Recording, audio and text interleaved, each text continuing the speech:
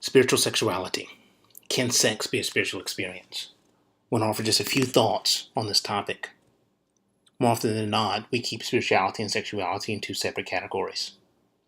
When we think about spiritual experiences, rarely do we think of them as sexual. When we think of sexual experiences, rarely do we think of them as spiritual. Even for Christians, when we can acknowledge that sex is a very good gift from God to be enjoyed in marriage, rarely do we see it as a spiritual experience. We may understand that God approves of sex, but again, being deeply conscious of God's presence during sex seems foreign and maybe even weird. Some of this has to do with our understanding of sexuality. Some of this has to do with our limited understanding of spirituality. One definition of a spiritual practice is anything that opens our attention to the presence of God. And so this can happen in the more traditional forms, such as praise and worship, scripture reading, prayer, devotional studies, and the like. But it also can happen in the less recognized forms. Taking in the beauty of nature, listening to music, helping the sick, learning new scientific truth. These can all be spiritual experiences. And so we can enjoy God's presence at church and at the grocery store, whether we're playing ball or washing dishes or having an intimate encounter with our spouse. All these activities can be spiritual experiences if we simply open our awareness to the presence of God in the midst of them. I came across the writings of Brother Lawrence several years ago. He was a kitchen worker and doorkeeper at a 17th century monastery.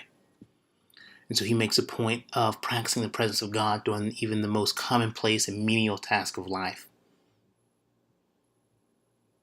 He writes, "When we're faithful to keep ourselves in His holy presence and set Him always before us, this not only hinders our offending Him and doing anything that may displease Him, at least willfully, but it also begets in us a holy freedom, and if I may so speak, a familiarity with God, wherewith we ask, and that successfully, the graces we stand in need of."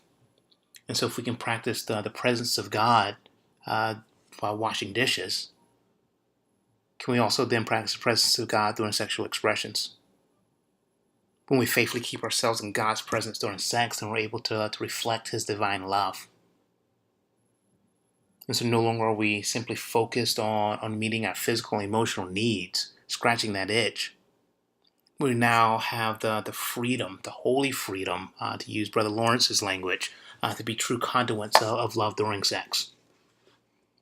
Sex now becomes a deeper experience. It becomes sacred.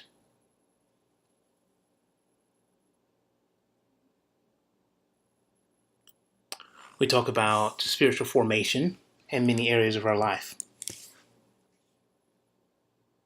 We bring the rule of Christ to our work and careers, to our money and finances, to our relationship, to our marriage.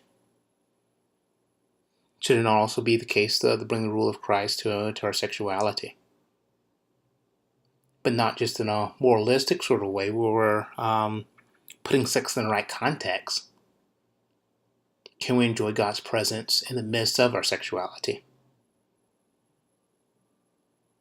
Again, at first, for many, this may seem strange, difficult, and wrong. Why would God want to pry into our sexuality, to our sex life?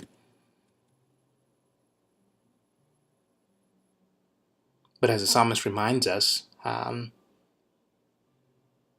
one, God is present. He's omnipresent, so He's everywhere. And so when we talk about opening ourselves up to the presence of God, it's mostly on our end, simply open our awareness to God. So it's not even so much inviting God into the bedroom. Again, He's already there. But simply opening our awareness up to Him. And then again, as the psalmist reminds us, in His presence is the fullness of joy, and at His right hand are pleasures forevermore. And so opening up to the presence of God, we can still enjoy the physical and intimate delights with our spouse. But we're also now able to discover the fuller joy and pleasure that comes from being in the presence of God.